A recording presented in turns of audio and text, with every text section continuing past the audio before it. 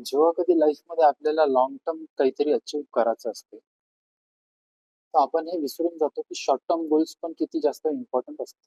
Suppose जर आपल्याला एक गोल अचीव्ह करायचा in a long term like 10 किंवा 20 वर्षामध्ये, तर त्याच्यासाठी प्रत्येक आवर जे आपण काय करत आहोत आजच्या दिवशी हे खूप जास्त इम्पॉर्टंट असते किंवा कारण तेच आपल्याला त्या लॉंग टर्म गोल पर्यंत पोहोचू शकते.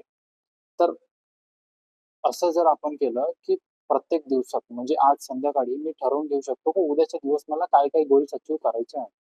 आणि तसंच जर मी करत गेलो, त्याचसोबत मंथली गोल्स तर सध्या मी लिहत गेलो. लिहिणं खूप जास्त इम्पोर्टंट आहे, की या हफ्त्यात मला हे गोल्स अचीव्ह करायचे आहे.